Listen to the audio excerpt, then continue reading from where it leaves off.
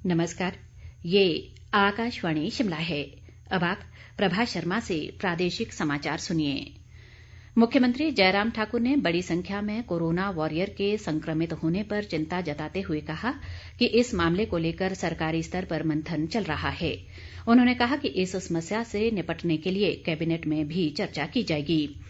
जयराम ठाकुर ने कहा कि जल शक्ति मंत्री महेंद्र सिंह की सेहत में सुधार हो रहा है और वे जल्द स्वस्थ होकर काम पर लौटेंगे। वे आज विधानसभा में नेता प्रतिपक्ष मुकेश अग्निहोत्री द्वारा जल शक्ति मंत्री महेंद्र सिंह के कोरोना संक्रमित होने के 14 दिन बाद भी सदन में न आने का मामला उठाए जाने के जवाब में बोल रहे थे। प्रदेश में भू अधिनियम की धारा 118 के 87 मामले सरकार के पास लंबित हैं, जबकि 122 मामले अधूरी जानकारी के चलते वापस संबंधित उपायुक्तों को भेज दिए गए हैं।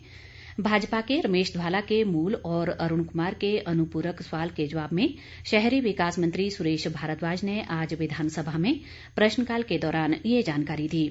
उन्होंने बताया कि 87 लंबित मामलों की औपचारिकताएं पूरी होने के बाद इनकी मंजूरी दे दी जाएगी।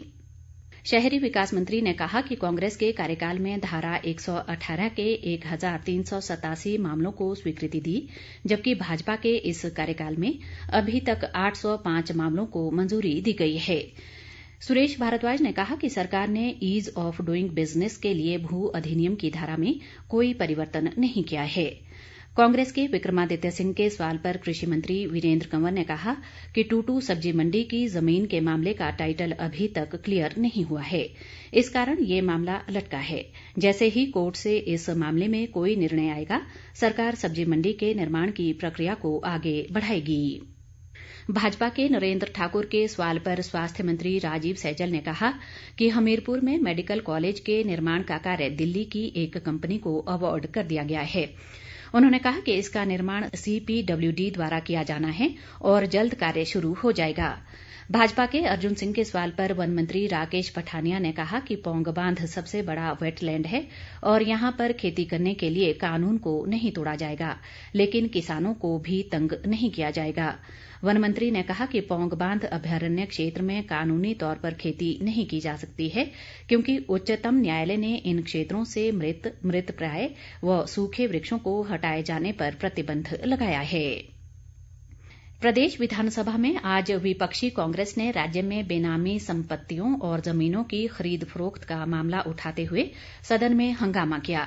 सदन की कार्यवाही शुरू होते ही कांग्रेस के राजेंद्र राणा ने राज्य में जमीन खरीद का मामला उठाया, लेकिन विधानसभा अध्यक्ष विपिन परमार ने कहा कि आज सुबह नियम 67 के तहत कांग्रेस सदस्यों ने बेनामी संपत्तियों और जमीन की खरीद फरोख्त पर चर्चा करने को स्थगन प्रस्ताव का नोटिस दिया है। इस नोटिस को टिप्पणी के लिए सरकार को प्रेषित कर दिया है और वहां से उत्तर आते ही इस पर निर्णय लिया जाएगा। इसके बाद विपक्ष ने सदन में भारी हो हल्ला किया और नारेबाजी की। इस बीच विधानसभा अध्यक्ष के बार बार आग्रह के बावजूद विपक्षी सदस्य अपनी बात पर अड़े रहे और बात न माने जाने पर सदन से वॉकआउट कर दिया। अध्यक्ष ने कहा कि कोरोना मामले को लेकर स्थगन प्रस्ताव पर चर्चा करवाई गई है।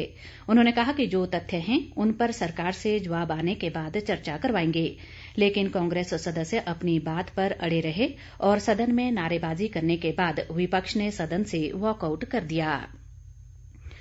इस बीच विपक्षी कांग्रेस ने आज सुबह विधानसभा अध्यक्ष विपिन परमार के कार्यालय के बाहर धरना दिया। इस दौरान विपक्ष के नेता मुकेश अग्निहोत्री समेत कई कांग्रेस सदस्य सदन की कार्यवाही शुरू होने से पहले अध्यक्ष के कार्यालय के बाहर धरने पर बैठे। उनका आरोप था कि उनकी आवाज नहीं सुनी जा रही। कुछ देर अध्यक्ष के साथ उनकी बैठक हुई। उधर सदन में मुख्यमंत्री जयराम ठाकुर और संसदीय कार्यमंत्री सुरेश भारद्वाज ने इस मामले का जिक्र करते हुए कहा कि विपक्ष के सदस्य तो अब स्पीकर के कार्यालय के बाहर भी धरना दे रहे हैं।